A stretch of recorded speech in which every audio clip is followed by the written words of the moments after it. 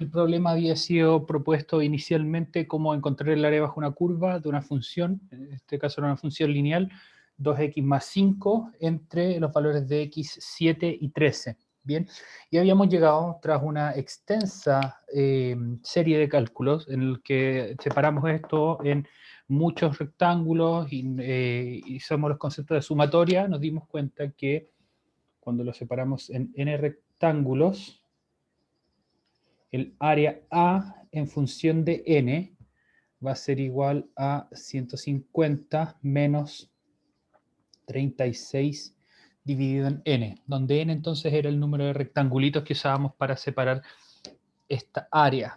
Bien, habíamos encontrado, previo a eso, por argumentos geométricos, que esta área efectivamente era 150. Entonces ahora vamos a explicar cómo el concepto de límite, y el límite en particular al infinito, cuando n tiende a infinito, nos va a ayudar con esto. ¿Ok? Para eso entonces vamos a usar un híbrido entre ahora la clase en la pizarra y la clase en compartir pantalla, porque vamos a usar el software online de Desmos para profundizar un poco más en esta parte. Pero entonces les recuerdo que todo este desarrollo que hicimos antes nos llevó a que el área, que era la suma de las áreas de cada uno de los rectangulitos individuales, iba a ser esta expresión, y que iba a depender entonces de cuántos rectangulitos usamos. Recuerden que si usábamos un rectángulo, lo único que íbamos a tener era este rectángulo en rojo, que ya lo vamos a, de hecho lo voy a hacer en verde para hacer la comparación con los colores que usa la página. El siguiente, déjenme anotar por acá cuánto el área efectivamente era 150, y eso lo habíamos encontrado por argumentos geométricos. Habíamos sumado el área de este rectángulo y del triángulo. Eso es incuestionable, bien, con los conocimientos que ustedes tienen. Quizás pueden dudar un poco de esto, pero lo vamos a resolver. Entonces, cuando n vale 1, usamos solamente un rectangulito, que es el que está acá, y ese entonces va a tener un área de, que está dada por esta expresión, que reemplazamos aquí n igual a 1. Cuando es n igual 2, lo que hacemos es que partimos este intervalo en 2, y lo que vamos a tener son dos rectángulos que sumados entonces me van a dar esa área. Ya vamos a ver cuáles valores nos va entregando. Si es que usáramos tres rectángulos, entonces ahora esto lo tendremos que partir en tres partes iguales, y cada una de esas entonces nos va a generar un rectángulo acá, uno acá y uno un poco más alto, y así. Si es que se fijan, a medida de que vamos añadiendo más rectángulos, este espacio vacío que queda acá, que estoy pintando con anaranjado, se va haciendo más pequeño, y por lo tanto el área tiende a acercarse al valor del área real. Bien, y va a ser justamente más cercano mientras más grande sea n. Así que ahora vamos a estudiar ese concepto con nuestro Desmos online. Así que ahora vamos a ir a compartir pantalla.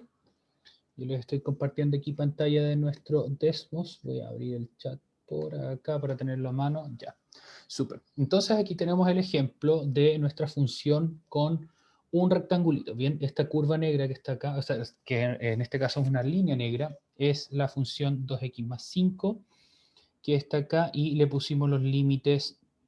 Por el límite por la derecha es x igual a 7, y el límite por la izquierda es x igual a 13, que eran los valores que estábamos estudiando previamente. Bien, y este numerito, este valor c no lo vamos a considerar. Lo que sí vamos a considerar es este número n, que me indica el número de rectangulitos. Bien, y vamos a tener aquí, bueno, otra función que va a ser el área en función de n, que va a ser entonces nuestra expresión que habíamos encontrado, 150 menos 36 dividido en n. ¿Qué pasa? Ah, ya. Entonces esto tiene que usarse así nomás. Bien, y como se fijan aquí, nos da que el área es 114, que va a ser lo mismo que vamos a encontrar acá. Bien, en esta expresión, pero vamos a subir esto un poquito más. Que si se fijan aquí también aparece la sumatoria desde 0 hasta n-1. Bien, como lo habíamos indicado antes. Bien. Isaac pregunta, ¿la n siempre indica el número de rectángulos? No siempre, en esta materia y en esta parte de la materia sí. En otras ocasiones puede significar otras cosas. Bien, entonces aquí voy a modificar el número de rectángulos, y el dibujo aquí va a cambiar acorde. Por ejemplo, si yo pongo en vez de n igual 1, n igual 2, Fíjense que ahí entonces el rectángulo, el segundo rectángulo puede subir un poquito más porque se pueden acomodar dos rectángulos que están separados por la misma distancia o tienen el mismo ancho. Bien, si yo pongo n igual 3, tenemos esta expresión de acá, donde tenemos ahora tres rectángulos que se parece a lo que teníamos acá en la pizarra.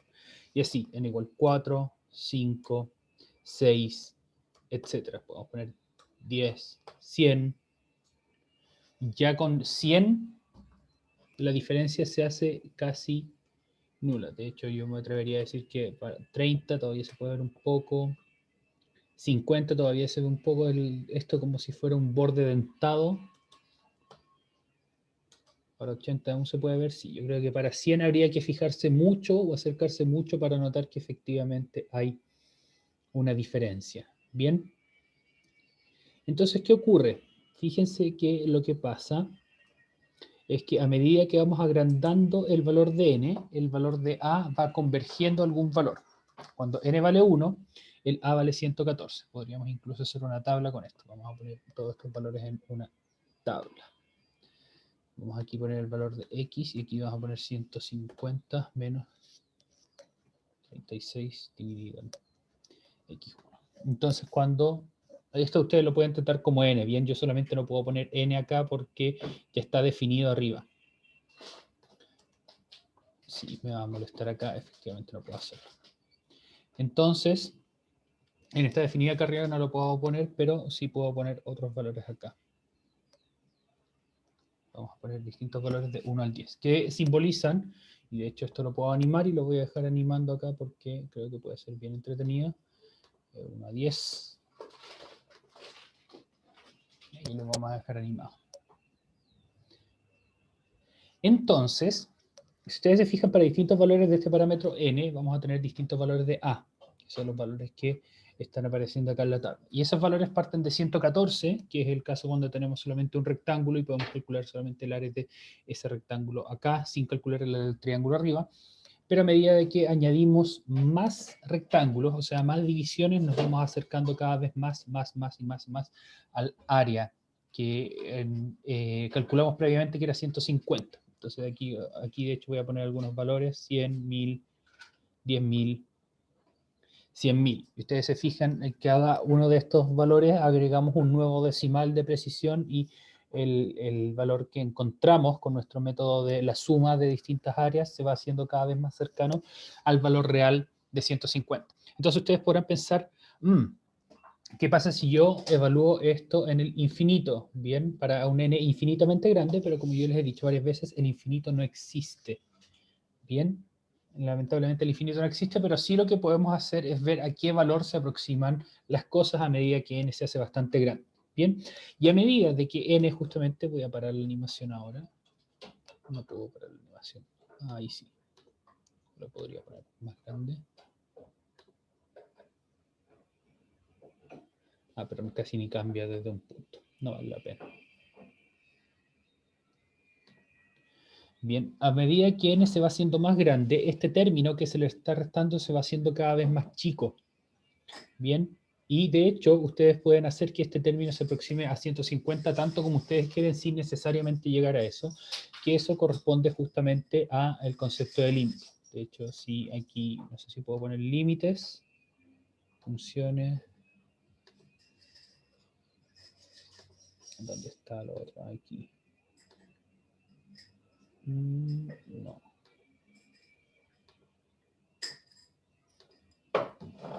¿Dónde está? Momento.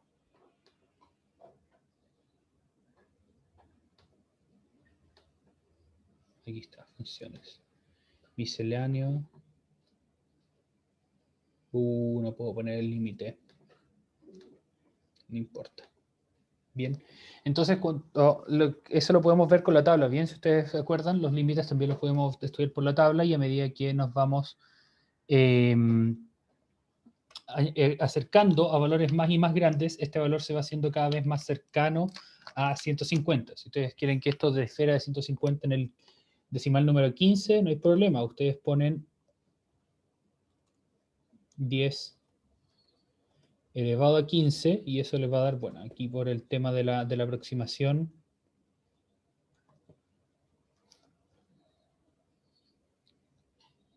no vamos a poder llegar a tanta precisión, pero en principio sí se podría llegar. Entonces, ustedes tienen que ver, claro, cuál es el valor al que se aproxima, como dice su compañero Simón, a medida que este n se va haciendo más grande. O sea, usar el concepto del límite cuando n tiende a infinito. Bien, para este tipo de problemas y esta aproximación que es más bien teórica, para resolver problemas como los que vamos a ver más adelante, no necesitan hacer todo esto de nuevo. Como les dije, esta es una herramienta que me gustaría que ustedes conozcan, pero no la vamos a usar, que se llama justamente esta suma de Riemann. Ya, entonces, ¿qué quiere decir esto? Cuando el número de rectángulos es infinitamente grande, lo que hacemos es que no consideramos que esto es una suma propiamente tal, porque recuerden que no puede existir un número infinito de rectángulos, sino que lo que hacemos es que esto se aproxima a la suma perfecta. Y eso en matemáticas se llama la integral. Bien, y esto es justamente una de las maneras de ver la integral como el área bajo la curva. ¿Y cómo se anota eso? Quiere decir que tenemos nuestra función que la integramos con respecto a una variable x, y ahora en vez de usar este delta, usamos este dx, y los límites de integración van a ser desde 7 hasta 13. ¿Qué pasa aquí?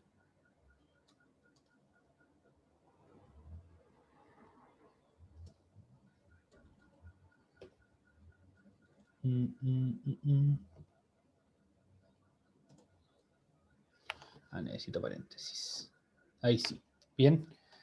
Y esto es entonces lo que significa una de las interpretaciones que hace, perdón, a el área bajo la curva o al integral. Bien.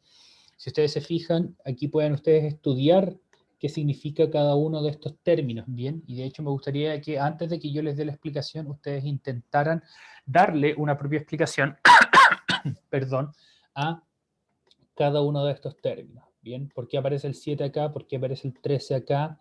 ¿Por qué aparece este 2x más 5 acá? ¿Y por qué aparece ese dx ahí? ¿Bien? Les doy un minuto entonces para que lo piensen y después yo les digo entonces efectivamente qué es lo que significa cada una de esas cosas y por qué están ahí.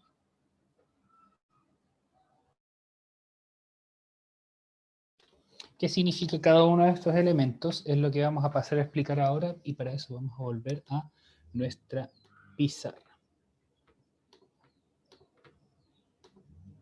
Entonces estoy de vuelta en la pizarra y algo que había faltado entonces anotar, que ya se los dije, lo que teníamos que hacer era para calcular el área real teníamos que tomar el límite cuando n tiende a infinito de esto, de 150 menos 36 dividido en n. Y cuando eso ocurre, como n va a ser muy grande, esta expresión de acá se aproxima a 0, porque mientras más grande es el divisor de una expresión, más chico va a ser el resultado. Por lo tanto, este límite es solamente el primer término que sobrevive, que es igual a 150. El 36 dividido en n, dado que va a estar dividido por números cada vez más grandes, va a ser cada vez más chico, y en el límite, cuando n se acerca a infinito, esto se acerca a 0 y por lo tanto no lo consideramos en nuestro cálculo. Muy bien. Es equivalente a pensar en el problema en que ustedes ya saben resolver cuando trabajamos con derivadas por definición, hacer el límite cuando h tiende a 0 de 150 menos 36h. Bien, como el h, esto ya se puede evaluar, este término vale 0 y solamente sobrevive el 150. Bien, entonces, ¿cómo es que podemos definir una integral? Entonces, una de las maneras de definir una integral, que sería, como yo les dije ya, la tercera parte de nuestro curso, es una manera de interpretar la integral, es como el área bajo la curva de una función. Bien, voy a anotar, de hecho, eso. Vamos a ver un poquito esto para que alcance a aparecer. Ahí sí, área bajo la curva. Bien, una manera de calcularla, es de hecho calculando integrales por definición se llama, si ustedes lo buscan así van a poder encontrarlo, es lo que acabamos de hacer, ¿bien? Y sirve no solamente para este tipo de integrales, bueno, de hecho es más simple porque las expresiones de las sumatorias son más simples, pero para cualquier función Bien, esto lo podríamos haber hecho con una función cuadrática y también lo podríamos haber calculado porque también existe una expresión para la sumatoria de los números al cuadrado. Bien, así que si ustedes quieren, me pueden preguntar eventualmente y yo les indico si pueden seguir estos pasos y estos pasos para hacerlo. Bien, tendrían que hacer un cálculo muy parecido al que hice yo en la primera hora. Y van a llegar a una expresión como esta y después la evalúan cuando n tiende a infinito y van a llegar al área. Bien, entonces la integral se puede interpretar como el área bajo la curva. Y las partes de la integral son las cosas bien interesantes que vamos a ver ahora. Que para eso voy a pasar por el otro lado de la pizarra. Voy a dibujarles entonces una integral y les voy a decir que estas son tal parte y tal parte. Para eso yo creo que voy a hacer este espacio, así que esto lo voy a anotar abajito. Igual a 150. Ya, genial. Entonces, una integral, o la que vimos acá, estaba anotado, y es la misma que teníamos ahí en el Desmos. Estaba anotado de 7 a 13 y decía 2x más 5 de x. Bien, entonces ahora les voy a explicar por qué se pone cada una de estas cosas. El 7 y el 13 que están acá, que están enmarcados en este plumón de color verde, son los llamados los límites de la integración. Límites de integración. Bien, y se llaman así porque justamente son los valores límites por un lado y por el otro. El límite de abajo va a ser el límite por la derecha y el límite de arriba va a ser el límite por la izquierda, entre los que se calcula el área que estamos interpretando. Bien, entonces tenemos 7 y 13 y se encuentra entonces cuál es se calcula entonces cuál es el área en esa región. Luego tenemos esto que vamos a enmarcar con morado, que vamos a tirar para acá abajo. Y esta es entonces la función que estamos integrando. Función que genera la curva. Porque recuerden que estamos interpretando esto como un área bajo la curva, entonces la función que está aquí dentro de la integral es la función que va a generar esta curva, ¿bien? O esta recta en este caso. Y finalmente tenemos esta parte de acá, que ustedes se preguntarán por qué se agrega, que es la variable que indica en qué variable estamos integrando. Variable de integración. Que a lo largo de todo el curso, así como la variable de derivación, la mayoría de las veces va a ser x o t, en este caso también va a ser x o t. Bien, yo creo que lo vamos a dejar solamente en x. ¿Por qué se explicita esto? Porque hay veces en donde se integran con respecto a otras variables, o donde se integra a más variables, como ocurre algunas veces con las integrales en 2 dimensiones.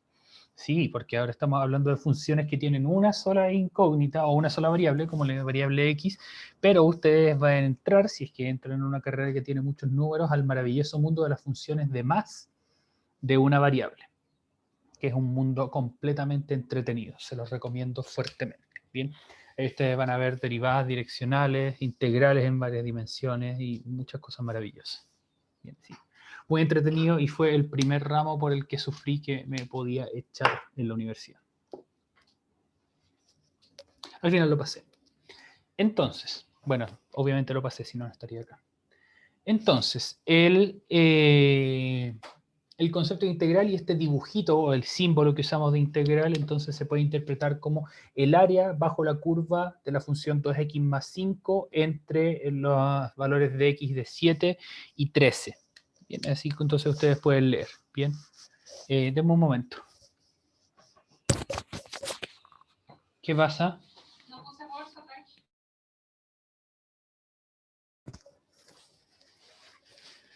Bien. Entonces, ustedes estarán preguntando, pucha, hicimos el manso Tao, que ni siquiera entendí bien, para calcular la integral por definición de una función más o menos sencilla, una función lineal, 2x más 5, y me imagino que después el profe va a querer que hagamos integrales de funciones logarítmicas, de funciones potencias más complicadas, de funciones exponenciales. Y no se preocupen, como yo les he dicho, creo que varias veces a lo largo de esta clase, para que se tranquilicen, no vamos a tener que hacer todo este proceso en todas las integrales que tengamos que calcular. Bien, hay una manera más sencilla de calcular esto, porque la integral se puede interpretar también como la antiderivada de algo. Y eso yo creo que es uno de los resultados más fantásticos del cálculo, que aquí tienen dos procesos que no están al parecer relacionados, pero efectivamente están relacionados. Uno de ellos es cuánto es el área bajo la curva de una función, y el otro es qué tan empinada va esa función. ¿Cuál es la derivada de una función? Recuerden que se relaciona con cuál es la pendiente de una recta que se puede poner tangente a esa función. Entonces esto es muy, muy, muy genial, que se relacione cuánto va cambiando una función con cuánto es el área que hay acumulada debajo de ella. Bien, y para explicar cuál es la necesidad de las integrales, ahora voy a hacerles una pregunta, pero para eso voy a pasar nuevamente al otro lado de la pizarra.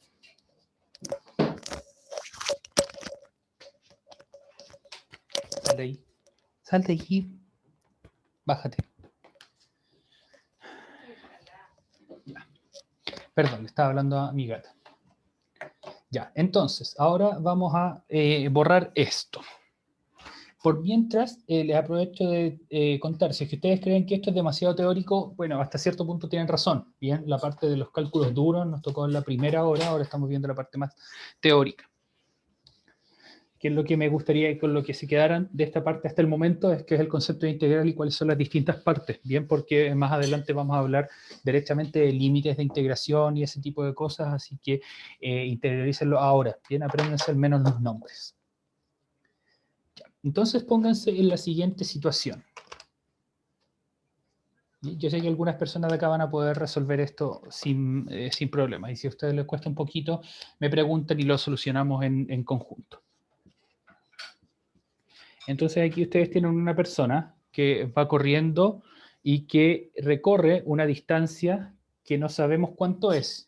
Bien, lo que sí sabemos es que va a una velocidad de 4 metros por segundo y corre un tiempo igual a 20 segundos. Entonces, la pregunta que nos vamos a hacer es ¿cuál es la distancia que recorre en esos 20 segundos? Bien, tenemos una persona que corre a una rapidez de 4 metros por segundo, corre con esa rapidez por 20 segundos. Pregunta para ustedes es ¿cuál es la distancia que recorre? Bien, si es que saben cómo calcularlo, háganlo por favor y responden por el chat, por vía privada, por favor, para no arruinarle la sorpresa al resto del curso. A medida que lo vayan desarrollando y me lleguen las respuestas, yo les voy comentando y después las resolvemos. Después lo resolvemos, perdón, el problema. Ustedes podrán pensar, pero este es un problema de física de segundo medio, incluso de antes. Yo diría que hay personas que en séptimo o octavo podrían ya haber resuelto esto, pero ya vamos a ver cómo se relaciona con el concepto de integral.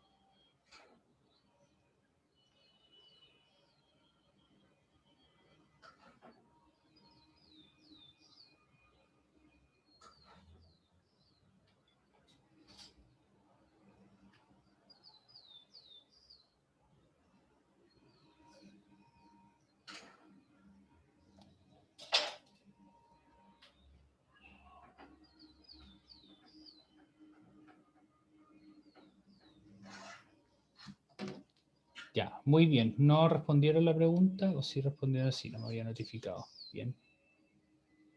Ya. Entonces, la respuesta en este caso es muy bien como lo envía Fabián acá, perdón, no me había notificado, tenía abierto el chat en otro lugar y por eso no me había notificado. La distancia se puede encontrar multiplicando la velocidad por el tiempo. Bien, y en este caso vamos a tener 4 por 20, y eso da entonces 80 metros de distancia. Y bien, esta fórmula de distancia igual velocidad partido por tiempo, ustedes la pueden encontrar de cómo se define la velocidad. La velocidad se define como distancia partido en tiempo. Entonces el tiempo va multiplicando y queda distancia igual velocidad por tiempo, que es la fórmula que usamos acá. Después reemplazamos las cantidades que nos dan en el enunciado y velocidad entonces igual distancia por tiempo, o sea, 4 metros por segundo por 20 segundos. Se simplifica los segundos y nos queda 80 metros. Ya, excelente, muy bien. Pero resulta que ahora el cálculo va a cambiar un poco porque esta persona no corre a una velocidad constante. ¿Bien? Esto era válido para una persona que corre con velocidad constante. El cálculo ahora va a cambiar y ahora nos dicen que esta persona corre con una velocidad que es igual, que sigue esta función.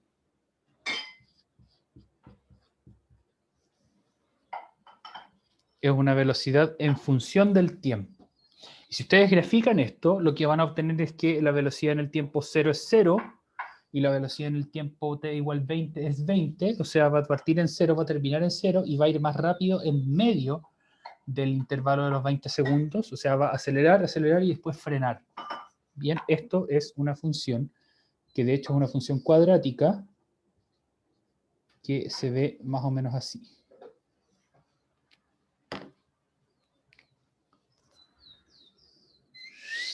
Así. Esto es entonces 20t menos t al cuadrado. Ese gráfico da. Y ahí ustedes entonces se van a preguntar, pucha, que me la puso difícil el profe, porque ahora no puedo usar esta fórmula, porque esta fórmula me sirve solamente para calcular las distancias cuando las velocidades son constantes. A no ser que yo tuviera una manera de aproximar esto, y el profe recién me la enseñó y yo no me estoy dando cuenta. ¿Por qué ustedes no se están dando cuenta? Y para esto nuevamente voy a pasar al otro lado de la pizarra. Vamos a usar de hecho un gráfico muy parecido a este, ¿bien? Que también va a tener el caso, o sea, que también va a tener velocidad en función del tiempo. En física, en segundo medio, creo que el año pasado no lo alcanzamos a ver con el curso que ahora es tercero medio y lo lamento profundamente, pero se los puedo decir ahora. Y el curso que ahora es cuarto medio, dudo profundamente de que lo hayan visto. No por el rendimiento del curso, sino porque por lo que he escuchado de mi colega anteriormente. Vamos a tener entonces en un gráfico de velocidad dividida en tiempo. Antes teníamos una velocidad constante que era de 4, bien, 4 metros por segundo. Es una velocidad constante, entonces a medida que avanza el tiempo se ve como una línea recta. Y si usted hace la multiplicación de velocidad por tiempo hasta los 20 segundos que teníamos, lo que van a obtener es un área que tiene una medida de 4 por 20, que es 80, y tiene unidad de metros, porque ustedes están multiplicando una medida que está en metros por segundo, metros partida en segundo, por una cantidad que está en segundo. Lo multiplican, se cancelan los segundos y le va a dar 80 metros. Entonces, siempre se cumple que en un gráfico velocidad versus tiempo, el área bajo el gráfico de velocidad es igual a la distancia recorrida. Y esto es igual a la distancia recorrida. Entonces, en este problema de acá, donde también tenemos un gráfico de la velocidad en función del tiempo, esta área nos va a dar justamente la distancia recorrida.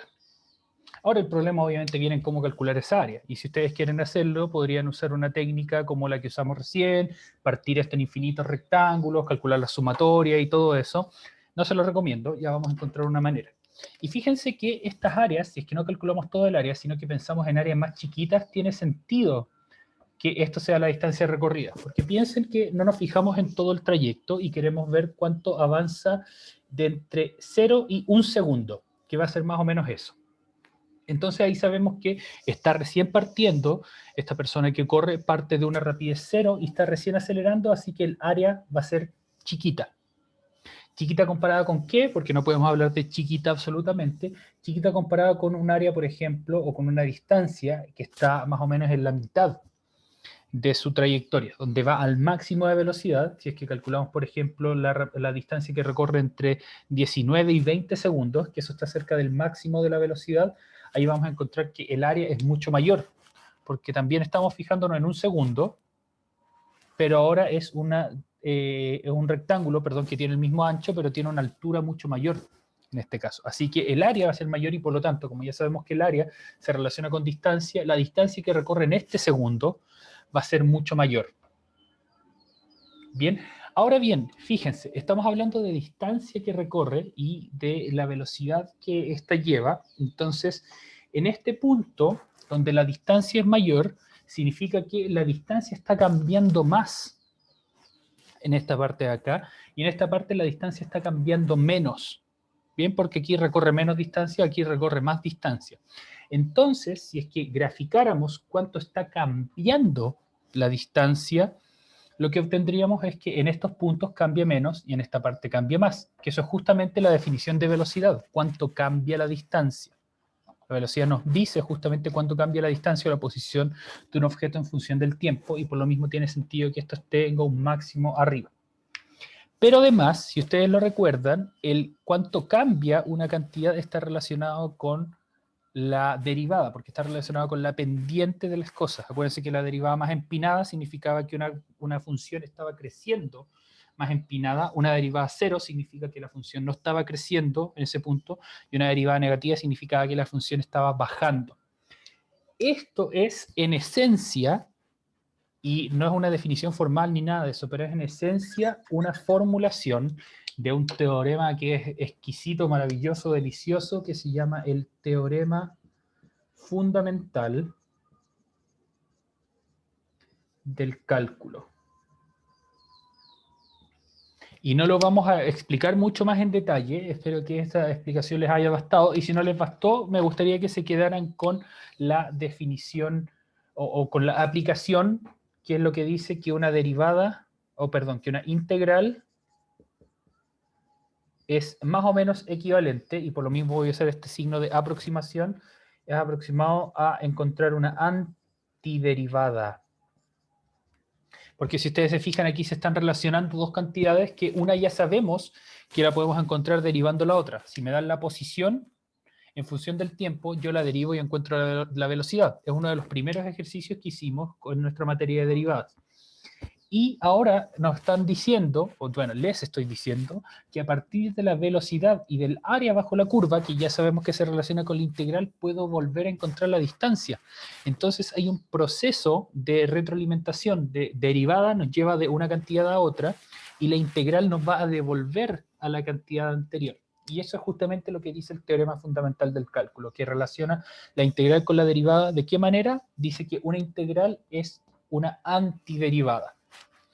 Y por lo mismo, entonces, podríamos encontrar la integral de una función si es que encontramos cuál es la antiderivada de la función. Que eso es una de las cosas más geniales que existe, y es justamente eso lo que nos va a permitir calcular el área bajo esta curva, por ejemplo.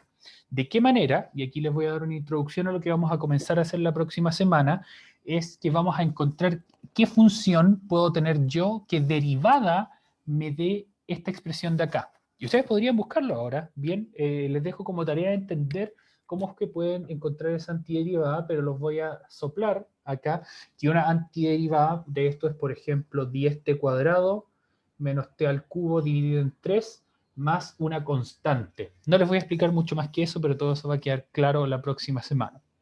Tarea de ustedes, si es que quieren, recuerden que yo siempre les estoy dando estas tareas informales, entender por qué es eso, y a dónde se fue el 20, y de dónde sale ese 3, y qué significa esa constante.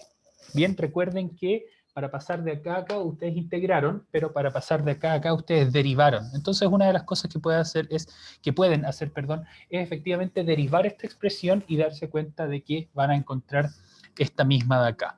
De hecho, ese es uno de los problemas, desafíos que tuvimos en una de las evaluaciones de derivadas, ¿bien?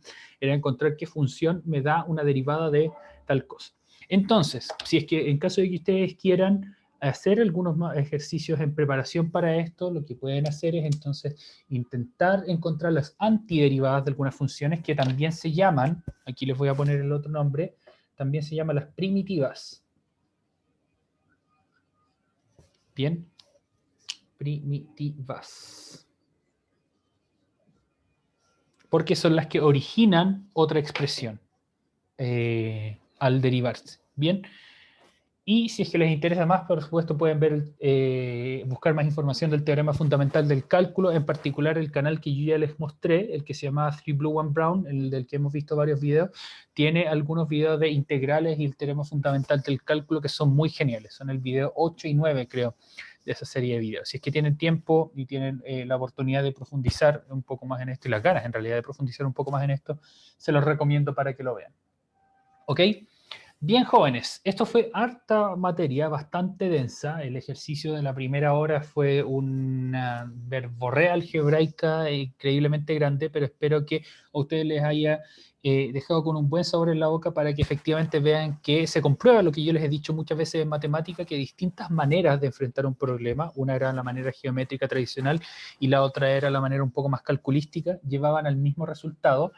Y que en la explicación de esta obra les haya bastado, o les haya, no sé si bastado, pero les haya dejado con un poco más de claridad en cuanto a para qué eso es la integral y qué tipo de problemas busca resolver, como este problemita acá.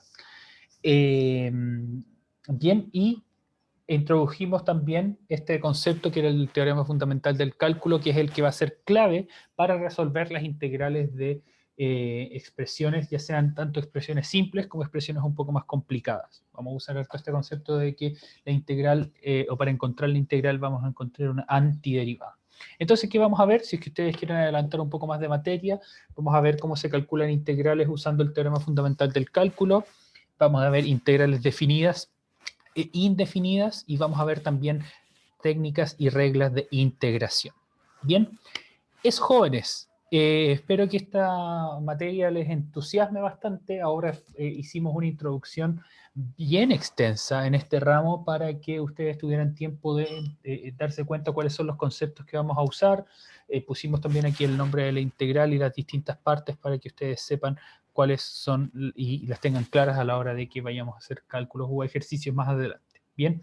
Por supuesto que si tienen más dudas, yo feliz de responderles eventualmente. Así que me escriben por cualquier cosa que quieran hablar. Bien, jóvenes, entonces, para ambos cursos nos vamos a ver mañana en nuestras distintas clases, física y matemática en tercero, matemática en cuarto medio. Cuídense mucho, que estén muy bien y nos vemos. Hasta mañana.